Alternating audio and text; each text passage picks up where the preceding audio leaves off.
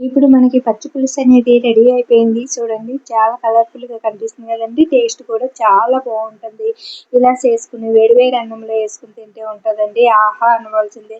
చిన్న పిల్లల దగ్గర నుంచి బ్యాచిలర్ వరకు చాలా ఈజీగా 5 మినిట్స్‌లో రెడీ చేసుకునే ఈ పచ్చి పులుసు ఈ సమ్మర్ టైమ్‌లో ఇలా చేసుకొని వేడి వేడి అన్నంలో ఏసుకొని తింటే ఉంటదండి.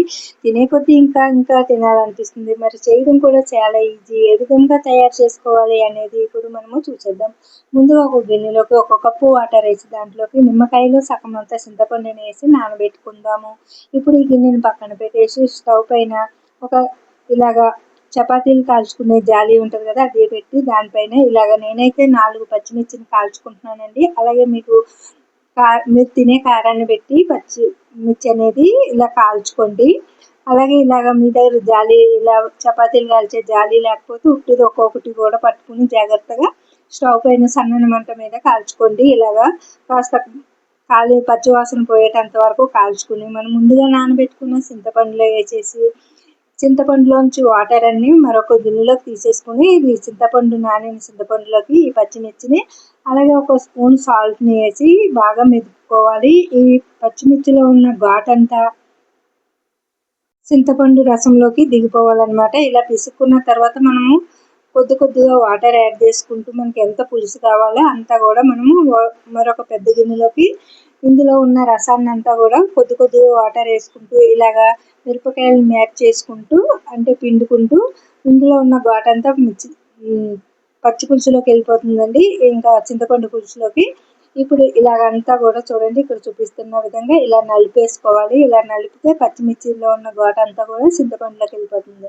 ఇలాగ మనకి ఎంత పులుసు కావాలో అంత వాటర్ వేసుకుని ఒక పెద్ద గిన్నెలోకి తీసుకోండి. అంటే మీకు ఎంత కావాలో మీ ఇంట్లో మెంబర్స్ అందరికీ సరిపోయే విధంగా చింతపండుని కూడా ఎక్కువ తక్కువ అనేది నానబెట్టుకోండి మీ ఇంట్లో ఉన్న మెంబర్స్ని బట్టి. నేనైతే ఈ గిన్నెలోకి తీసుకున్నానండి. ఇప్పుడు మరొక ప్లేట్లోకి ఒక పెద్ద సైజు ఉల్లిపాయ, ఇలా కొద్దిగా జీలకర్ర పొడిని తీసుకున్నానండి, నువ్వుల పొడి, ఇంకా కొద్దిగా కొత్తిమీరని తీసుకున్నాను. మరొక ప్లేట్లోకి ఒక 2 రెమ్మల కరివేపాకు, 4 ఎండుమిర్చి, ఒక స్పూన్ ఆవాలు, ఒక స్పూన్ జీలకర్ర తీసుకున్నానండి పోపులకి.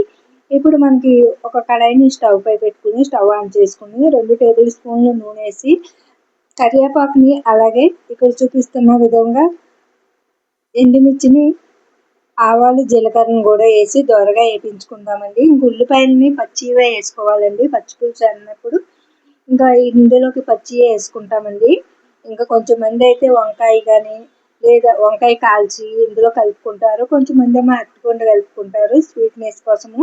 ఇప్పుడు మనకు పోపు దినుసులు అన్నీ వేగిపోయిన తర్వాత ఇందులోకి దింపే ముందు మాత్రమే చిటికెడు పసుపు వేయండి, లేదంటే మనకి పసుపు అనేది మాడిపోతుంది. ఇప్పుడు మనము ముందుగా కట్ చేసి పెట్టుకున్న ఉల్లిపాయ ముక్కలు, కొత్తిమీర, అలాగే కొద్దిగా నువ్వుల పొడి, ఒక స్పూన్ నువ్వుల పొడి వేపించి నువ్వులు వేపించింది పొడి చేసుకోవాలండి. ఆ పొడిని అలాగే జీలకర్ర పొడి కొద్దిగా వేసి ఇవన్నీ కూడా ఇప్పుడు మనం పోపు పెట్టుకున్నది కూడా అందులో వేసేసుకొని అంతా ఇలాగా బాగా కలిసేటట్టు కలుపుకోండి. ఇంకా మనకి ఇప్పుడు టేస్ట్ చూడండి, పులుపు అనేది ఎక్కువ ఉందనుకోండి కొద్దిగా వాటర్ కలపండి. ఇంకా ఇలాగనమాట ఇలా కలుపుకోవాలి. సాల్ట్ తక్కువ ఉంటే వేసుకోండి. అలాగే మీరు తినే కారాన్ని బట్టి పచ్చిమిర్చిని ముందుగా చెప్పిన విధంగా వేసుకోండి. అంతేనండి, ఎంతో ఈజీగా 5 మినిట్స్లో రెడీ చేసుకునే పచ్చి పులుసు అయితే ఇప్పుడు మనకి రెడీ అయిపోయింది. వేడి వేడి అన్నంలో వేసుకుని తింటే చాలా టేస్టీగా ఉంటుంది. ఇలా నోట్లో పెట్టుకోగానే అలా జారిపోతుంది. తినే కొద్దీ తినాలనిపిస్తుంది. మరి ఈ వీడియో మీకు నచ్చితే లైక్ చేసి షేర్ చేసి మన ఛానల్కి సబ్స్క్రైబ్ చేసుకుని